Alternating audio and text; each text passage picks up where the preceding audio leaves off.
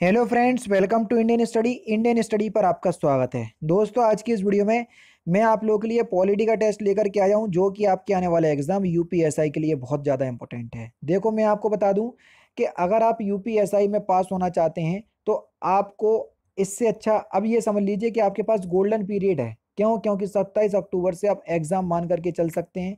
जैसे ही official notice आ जाएगा तो एक बार और अच्छे से कंफर्म हो जाएगा। फिलहाल अभी आप 27 अक्टूबर से ही एग्ज़ाम डेट कंफर्म मान करके चलें। ठीक है। और अगर जीके वाले पोर्शन में पास होना है तो पॉलिटी आपको पास करवा देगी। और बाकी मूल विधि के भी मैं आपको टेस्ट प्रोवाइड करवा रहा हूँ, उसके भी 60 टेस्ट या 2500 क्वेश्चंस में उसको भी प्रोवाइड करवा चुका हूँ। समझ रहे हैं ना? कल मैंने मूल विधि की वीडियो प्रोवाइड करवाई थी, आज पॉलिटी की देख लो। पहला क्वेश्चन सर आपके सामने, लोकसभा के निर्वाचन क्षेत्रों का परिसीमन पिछली बार निम्नलिखित में से कब किया गया था? तो ये 1974 में किया गया था। दूसरा ऑप्शन करेक्ट। प्रत्यक्ष लोकतंत्र सरकार का एक ऐसा तंत्र है जिसमें जिसमें लोग अपने प्रतिनिधियों का सीधा निर्वाचन करते हैं। दूसरा ऑप्शन करेक्ट। अधीनस्थ विधायन समिति निम्नलिखित में से किससे संबंधित होती है? तो किससे संबंधित होती है? तो सही आंसर हो जाएगा सर आपका प्रत्याजुत विधायन से। पहला ही ऑप्शन यहाँ पर आपका बिल्कुल करेक्ट हो जाएगा। निम्नलिखित में से किस याचिका यानी कि रिट के अधीन किसी कर्मचारी को ऐसी कार्रवाई करने से रोका जा सकता है जिसके लिए वह सरकारी तौर पर हकदार नहीं? तो सही आंसर हो जाएगा सर आपका अधिकार परीक्षिता रिट। दूसरा ऑप्शन बिल्कुल करेक्ट। निम्नलिखित में से किसमें राज्यसभा की कोई भूमिका नहीं होती है? अध्यक्ष यानी कि स्पीकर के निर्वाचन में, क्योंकि राज्यसभा का जो अध्यक्ष होता है वो उपराष्ट्रपति होता है और उपराष्ट्रपति का निर्वाचक मंडल अलग से होता है। ठीक है। तो राज्यसभा की इसमें कोई भूमिका नहीं होती है। दूसरा ऑप्शन यहाँ पर आपका बिल्कुल क्या हो जाएगा सर? करेक्ट हो जाएगा।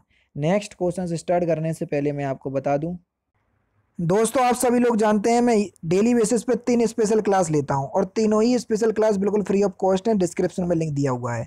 लेकिन अगर आप अनअकैडमी से अनअकैडमी प्लस प्लेटफॉर्म पर आना चाहते हैं तो प्लस के अपने फायदे हैं, अपने ही फीचर्स हैं। क्या?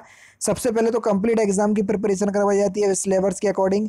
टॉप एजुकेटर आपको हर कैटेगरी में देखने को मिल जाते हैं। अनलिमिटेड कोर्स एक्सेस आपके पास होता है। अनलिमिटेड कोर्स एक्सेस का मतलब जिस भी कैटेगरी के अंदर अगर आप सब्सक्रिप्शन परचेस करोगे तो उस कैटेगरी में जितने भी कोर्स लाए जा रहे होंगे सभी को आपको बिल्कुल एक बार के सब्सक्रिप्शन के साथ एक्सेस कर सकेंगे। यानी कि हर कोर्स के लिए आपको अलग से पैसे नहीं देने हैं। सपोज करो UPPSC UP triple S C category के अंदर आपने सब्सक्रिप्शन परचेस करा, तो इस कैटेगरी के अंदर UPSI UP Lekhpal UP triple S C PET Allahabad high court R O और पीसीएस लेवल तक के सारे कोर्स आपको देखने को मिल जाएंगे। और आगामी जितने भी कोर्सेस हैं उनको भी आप एक्सेस कर पाओगे अगर आपके पास सब्सक्रिप्शन 1 साल या 2 साल का है। ठीक है। तो इन सभी कोर्सेज के लिए आपको केवल केवल एक बार सब्सक्रिप्शन परचेस करना है। बाकी सारा काम अन अकेडमी का है। आपका काम केवल फिर पढ़ने का रह जाएगा। तो डिस्क्रिप्शन में लिंक है, एक बार जरूर से चेकआउट कीजिएगा। जब आप सब्सक्रिप्शन परचेस करो तो परचेस करने के दौरान एक रेफरल कोड आएगा। रेफरल कोड की जगह इंडियन स्टडी अप्लाई कीजिएगा, आपको इंस्टेंट 10% का डिस्काउंट प्राप्त हो जाएगा। ये देख लीजिए, 6 सितंबर से आपका यूपीपीएससी प्रीलिम्स बैच स्टार्ट हो गया।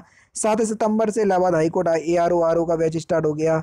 ये देख लीजिए, यूपीपीएससी को 2022 टारगेट मान करके तैयारी कर रहे हैं तो 8 सितंबर से ये वाला बैच स्टार्ट हो गया। ये वाला बैच आपका चल रहा है। ये सारे कोर्सेज को आप एक्सेस कर पाएंगे। अब देख लेते हैं नेक्स्ट क्वेश्चन। नेक्स्ट क्वेश्चन से आपका कि वित्तीय आपात स्थिति के दौरान राज्य विधानमंडलों द्वारा पारित सभी वित्त विधेयकों को निम्नलिखित में से किसके विचारार्थ आरक्षित किया जाता है? तो सही आंसर हो जाएगा सर आपका राष्ट्रपति। चौथा ऑप्शन करेक्ट। प्रत्येक कोष की क्षमता के अनुसार के स्थान पर प्रत्येक कोष की आवश्यकताओं के अनुसार यह सिद्धांत निम्नलिखित में से किसका है? तो यह सिद्धांत साम्यवाद का है। तीसरा ऑप्शन करेक्ट। 52वां संविधान संशोधन अधिनियम 1985 निम्नलिखित में से किससे संबंधित है? तो दल बदल एवं अनर्हताओं से संबंधित है। दूसरा ऑप्शन करेक्ट। मंत्रिमंडल पद्धति तथा सामूहिक जिम्मेदारी निम्नलिखित में से किसकी देन है? तो ये ब्रिटेन की देन है। चौथा ऑप्शन यहाँ पर आपका बिल्कुल करेक्ट। एक व्यक्ति दो या दो से अधिक निर्वाचन क्षेत्रों से चुनाव नहीं लड़ सकता। दूसरा ऑप्शन करेक्ट। प्रत्येक राज्य में महाधिवक्ता की नियुक्ति निम्नलिखित में से किसके द्वारा की जाती है? जल्दी बताइए। तो किसके द्वारा की जाती है? तो सही आंसर हो जाएगा सर आपका राज्यपाल के द्वारा। पहला ऑप्शन करेक्ट। नैसर्गिक अधिकार सिद्धांत का प्रतिपादन निम्नलिखित में से किसके द्वारा किया गया था? तो किसके द्वारा किया गया था? ये लॉक के द्वारा किया गया था। दूसरा ऑप्शन करेक्ट। राज्य विधानमंडल के अपर हाउस का सृजन या उन्मूलन करने की शक्ति निम्नलिखित में से किसमें निहित है? तो यह संसद में निहित है। दूसरा ऑप्शन करेक्ट। लोकसभा के अध्यक्ष को केवल टाई यानी कि 50-50 अगर मत हो जाए तो उस कंडीशन में अपना वोट देने का अधिकार है। दूसरा ऑप्शन करेक्ट। यह किसने कहा था कि मानव प्राकृतिक रूप से एक राजनीतिक प्राणी है? तो ये किसने कहा था? ये अरस्तू ने कहा था। दूसरा ऑप्शन करेक्ट। भारत के उच्चतम न्यायालय के न्यायाधीशों की सेवानिवृत्ति की आयु कितनी है? तो कितनी है ये? 65 वर्ष। चौथा ऑप्शन करेक्ट। लोकप्रिय संप्रभुता का समर्थन किया था? तो ये किसने किया था? टी.एच. ग्रीन ने। चौथा ऑप्शन बिल्कुल करेक्ट। किसी अधिनियमित संविधान का सबसे पहला उदाहरण क्या है? तो किसी अधिनियमित संविधान का सबसे पहला उदाहरण है आपका अमेरिकी संविधान, यानी कि इस क्वेश्चन का पहला ऑप्शन करेक्ट है। विदेशों को भेजे जाने वाले विभिन्न संसदीय प्रतिनिधि मंडलों के लिए व्यक्तियों का नामांकन निम्नलिखित में से कौन करता है? तो कौन करता है सर? ये लोकसभा का अध्यक्ष। पहला ही ऑप्शन यहाँ पर आपका बिल्कुल करेक्ट। किसी राज्य के राज्यपाल को निम्नलिखित में से किसकी शक्ति नहीं है? तो किसकी शक्ति नहीं है?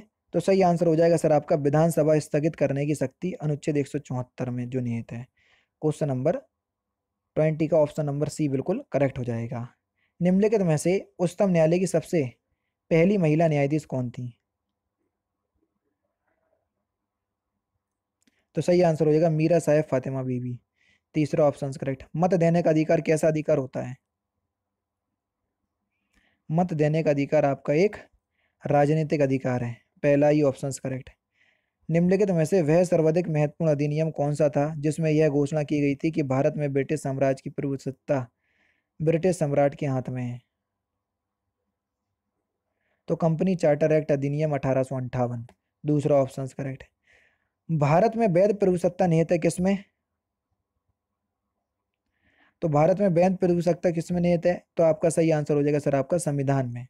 और लास्ट क्वेश्चन निम्नलिखित में से संविधान का वह कौन सा संशोधन है जिसके अनुसार महिलाओं के लिए नगर पालिकाओं एवं ग्राम पंचायतों के 1/3 सीटों का आरक्षण जो है वो सुनिश्चित या व्यवस्था की गई? तो इस क्वेश्चन का आंसर आप मुझे कमेंट बॉक्स में बताएंगे। तो दोस्तों ये थे आपके 25 जीके के इंपॉर्टेंट क्वेश्चंस, जीके के नहीं पॉलिटी के इंपॉर्टेंट क्वेश्चंस जो कि मैंने आज की इस वीडियो में आपको कंप्लीट करवा दी है।